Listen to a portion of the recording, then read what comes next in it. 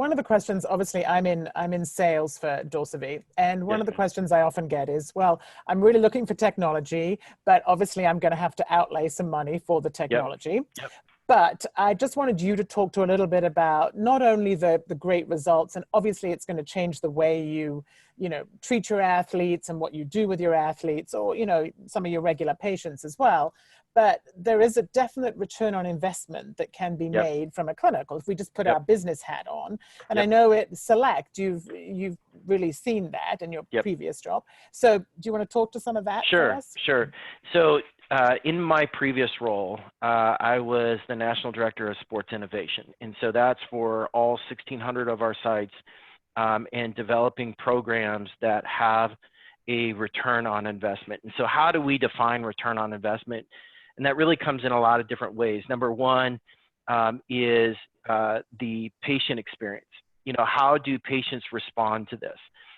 And number one, I will tell you, I can't tell you how many times I've been in a clinic where a patient will go through an evaluation and they're like, wow, like, I can't believe no one's ever told me this before. And two, when they see the technology, when they see it looks like an EKG reading out on the screen and they see that information, there's an automatic buy-in. As physical therapists, we all know the most important thing to do is get that patient buy-in. The most frequent visit in our profession is one, because patients come to us, they're not bought in, they don't come back. So if you can sell them on what it is that we do, our knowledge, their compliance is much, much better. And we found that when we track that, when we track not only the sites that use the system, but that we're using that with that whole process, that our patient compliance was a lot better. So that's a huge return on investment right there, patient satisfaction. The second is outcomes. And how do we look at our outcomes? One of the things that we're doing right now in a couple of our studies is we're looking at TSK 11, Tampa Scale for Kinesiophobia 11 form. Paterno and others have shown that there's a high correlation. You're 13 times more likely to get re-injured if you score 19 or greater on this test. And so one of the things that we're seeing is that when people improve their performance on this test, that their TSK numbers go down. They feel more confident in their movement. And I think that comes from several factors. Number one, because they're controlling their frontal plane motion better, they're controlling those speeds better. Subconsciously, they feel that, so they tend to feel more confident. The other thing is that they're bought in. They're bought into you, they're bought into what you're doing, they're bought into what you're telling them, they're bought into the exercises that you're giving them from that very first visit of seeing that information. So we see that being reflected in patient-reported outcomes. That's return on investment number two. And the third way is financially. Obviously, we got to be able to pay for this. So one of the things that I knew very early on in this process is that in order for us to have this as a billable service, we had to be able to generate an automated report. Now, when it generates an automated report and you attach that to your therapy source node or whatever kind of EMR documentation that you use, you can bill 97750.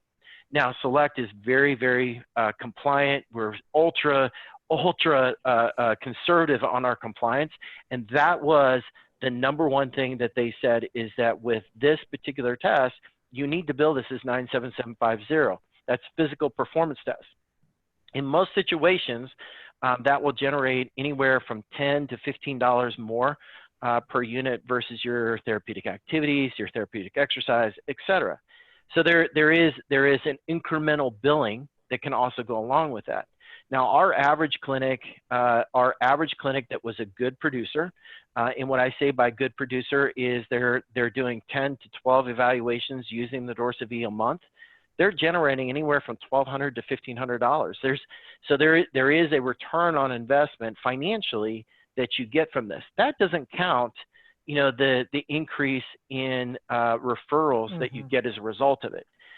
Just last year alone, I know nationally, outside of Select, within Select, outside of Select, that there was over 1,000 referrals sent for return to play alone using the Dorsavi. Those are big visits. So when you're thinking about your return on investment, the way that we looked at it is the patient experience patient outcomes, and then financially, how does this give us a return? The financial return on this is dependent on the individual. That's the one thing I'm going to say, is that if you're going to do this in your clinic, you need to have a champion. I have seen systems that go out there and they're used once or twice a month.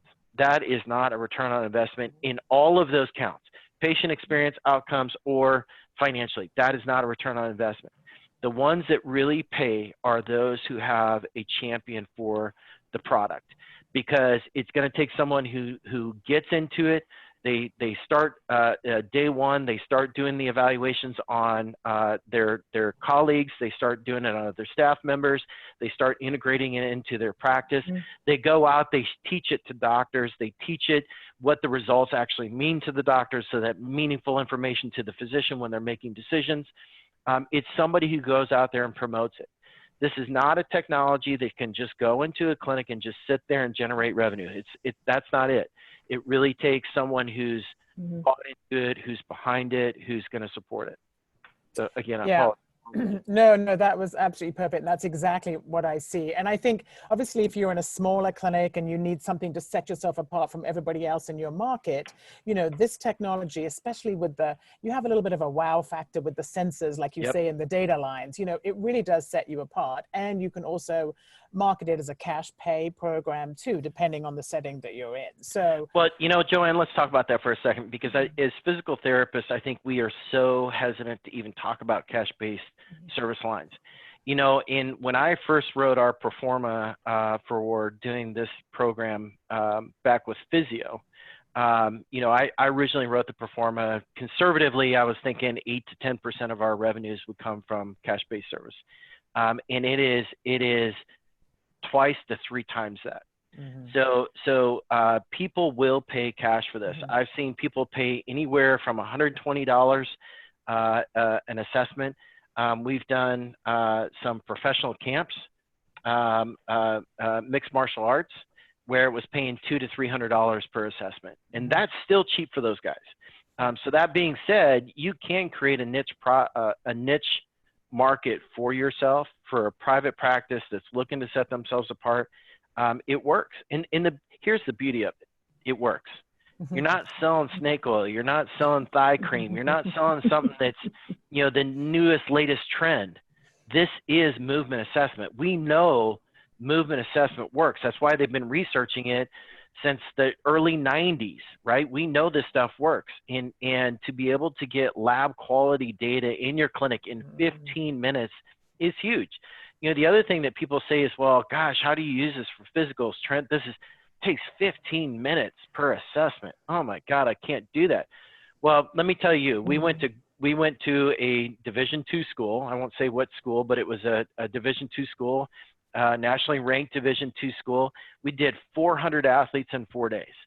Now, we were very prepared for that. We were, you know, we've got experienced users, but it is very possible. We've got it down to where you can process about 109 athletes a day.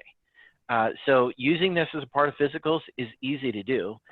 You just got to do the process. And, you know, for any of those that are on this that want information on how to do it, just let me know. I mean, I'm happy to share with you what my experience has been with it, as well as others, and how you make that an efficient process.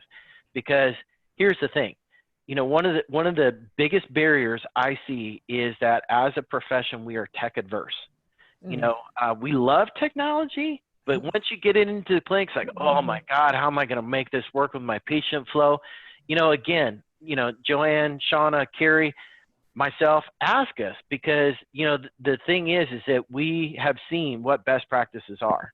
And I'll tell you, you know, we've got a clinic out there in New Jersey. I won't say who, but a clinic out there in New Jersey, they're doing 20 to 30 assessments a month. Now, this is a business that they have made themselves a very profitable business, and even during COVID-19, and been very successful with that, with leveraging of this program. So it is possible.